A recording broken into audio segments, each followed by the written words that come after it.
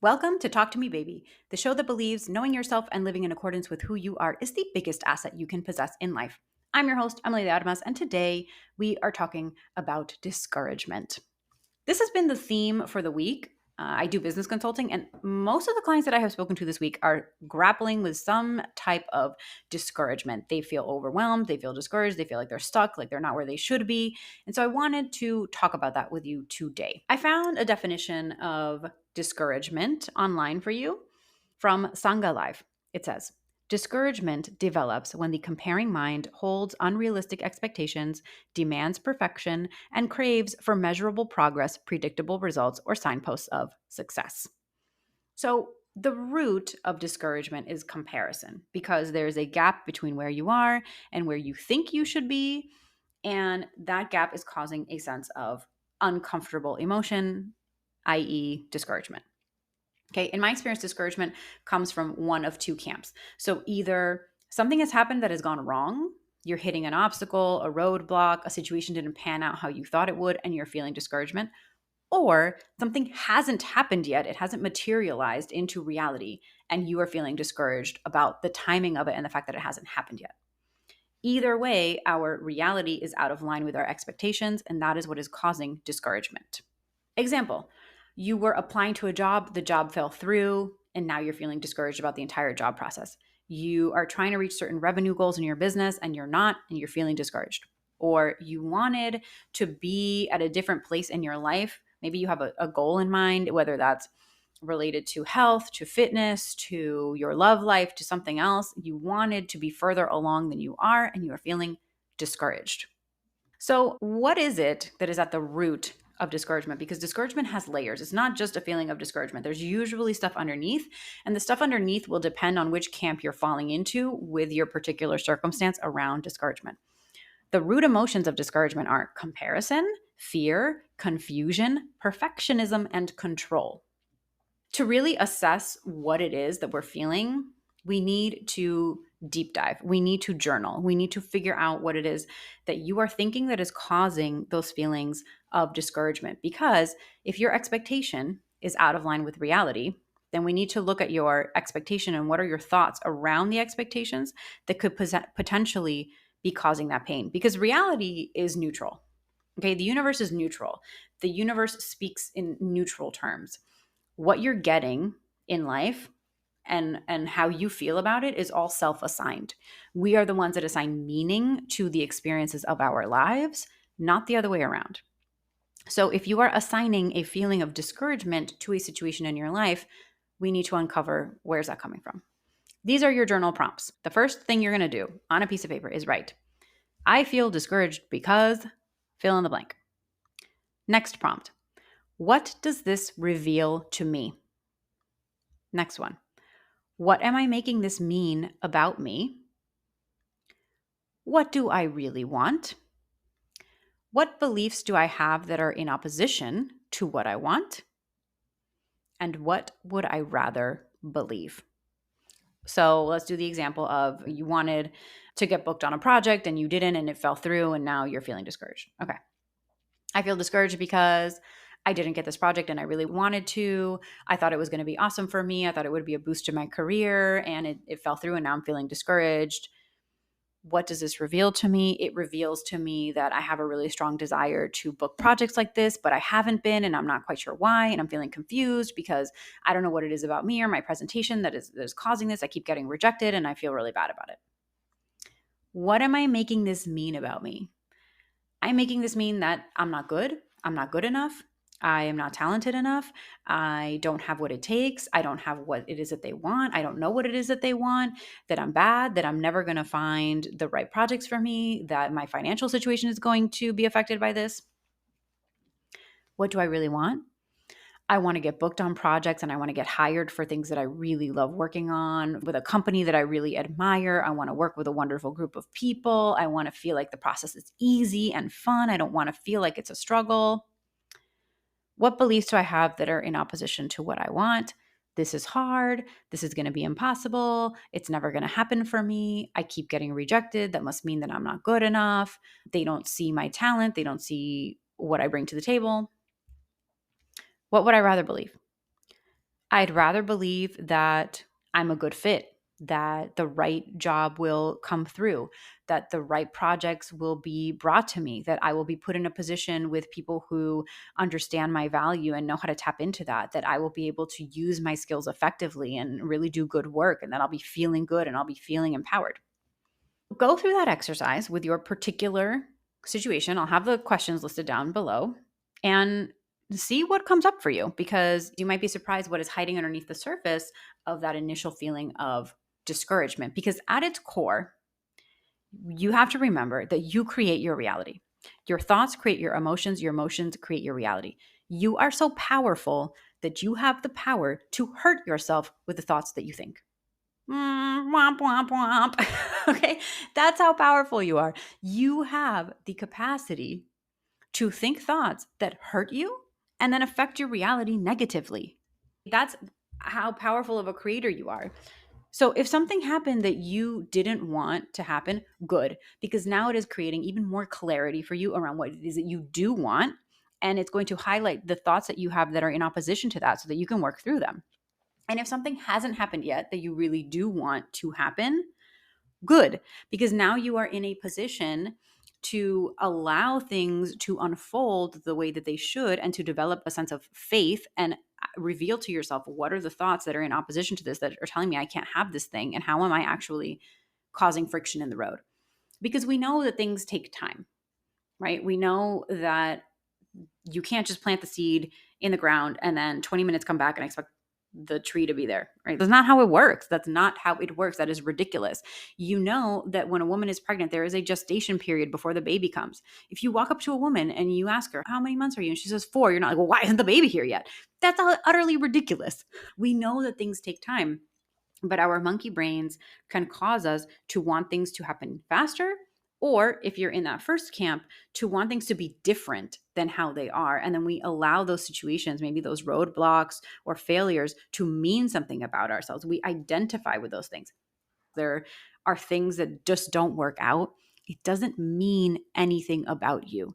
You can choose to make it mean something about you and your inherent worth, or you can choose to look at it from a different perspective, hone your thoughts, and get better results from those thoughts. There's probably something there for you to learn and insight that you might not have gotten if you hadn't had the failure. Failures are our best teachers, so that's good. When you accept where you are in the present moment, your mind will open up, because maybe there are things that are not in your current awareness because you're so focused on the future that you're missing out on information that you need right here and now to make the future even better. You have to start adopting the mindset that everything is actually working out for you and that things are happening for you and not to you. And when you take that approach and you do this journal exercise, just be easy on yourself. Don't beat yourself up for feeling this way. Look at it from a very neutral perspective. Oh, I'm having this thought. Because at the end of the day, you are in control of your thoughts. They're not in control of you. But if you never take the time to look at them, they will control you, because you're just going to be on autopilot. So it's good to do that exercise to investigate and find out more, and then use that insight for your own advantage to create the kind of world that you want. Okay. And if you don't believe me that your thoughts create your reality, or you're not quite sure of the connection of that, think about when you watch TV and how you can identify with the emotions of what a character is going through. And then you feel sad, you cry, you react accordingly to what's happening in that character's life. This week, when I was watching Buccaneers and Nan was having a very heartfelt moment with her mother, and her mother was talking about taking her in and all this stuff, I was crying and I was like, oh, this is so emotional. I can't relate to her story from a life experience perspective. That hasn't happened to me personally. I'm not going to do any spoiler reports. If you're not watching Buccaneers on Apple TV, it is a period piece. It is delightful. I love period pieces, so I'm biased, but I can't relate to Nan's life based on her circumstances, yet I can feel the emotions of it simply by watching the show. And so your thoughts are that powerful. Your thoughts are the basis of your emotions, and they are creating that reality. Let's do deep talk now. This time of year leads us to take stock of where we are in comparison to where we thought we would be, in comparison to where others are, in comparison to our own expectations, because we are in that home stretch between now and the end of the year. And it's a time for reflection, but that can also mean that we are in this almost like scrambling energy to get things done. And we can feel discouraged. We can feel down on ourselves, like some of my clients were this week, about why am I not further along than I should be? I'm, X number of years into my business and I don't have this and I don't have this and I don't have this, or I have so much to do, yet I'm feeling kind of discouraged, right? And I have deadlines, I have Black Friday coming up, and I have all this other stuff, and I'm not doing what I need to be doing. In our universe that we live in right now, we have so much more access into other people's lives, and we have a lot more ability to compare ourselves to others than in previous eras of history. Because before, you would only compare yourself to your direct peers, the people in your town, in your city. You would have access to the society pages, maybe to the newspaper that would tell you what was happening in other parts of the world, but never before have we had so much access into what other people are up to and what they're doing.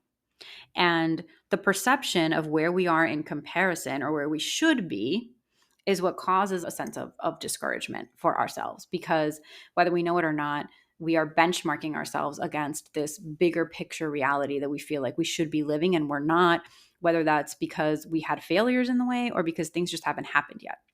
It can feel really discouraging to be in that boat. For me personally, I'll tell you a story. Normally, this time of year, I feel discouraged because I've been divorced now for 3 years.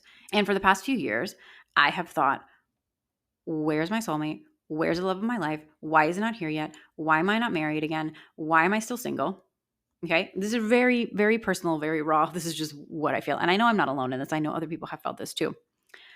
But there's one little tiny piece of information that I've had for the last few years that I have been using to weaponize against myself and actually cause pain for myself. And this year, I started to feel that again, right? I started to feel that sort of sense of loneliness sink in. Oh, I'm going to be going to the parties again and the family gatherings alone, and I still don't have the man, and all that kind of stuff. And I stopped myself because I was like, I'm not doing this anymore. I'm not. And I'm actually really proud of myself because I worked through it and I feel great. I feel good. I feel confident. I feel excited about where I am and what's coming in the future. And I don't feel that sense of dread around this time of year or like I should be in a different place. I don't feel that sense of pain that I'm not where I want to be this time of year. So the little piece of information that I've been using is, so let's go back in time. 2019, towards the end of the year, I had 3 major things happen. I realized that I needed to get divorced. I lost my job and my dad died and came back to life. He's fine now. All of those things happened within a span of 30 days. Okay, so big things. I realized I needed to leave my marriage. I got let go from my job, and my dad had a very life-threatening situation and had to have surgery, and it was a really big deal. So any one of those events alone would have been a lot, but all these things happened within a span of 30 days. And it just so happened that I had booked an appointment with a psychic. Okay. I've gone to psychics periodically throughout my life. I don't feel as much of an inclination to go to a psychic anymore because I've really cultivated a strong sense of my inner voice, my inner knowing, my intuition, my connection with God and with the universe. And so I don't feel the need to. And also, I'm a lot more comfortable with the unknown and with not knowing, which is a whole other topic of conversation.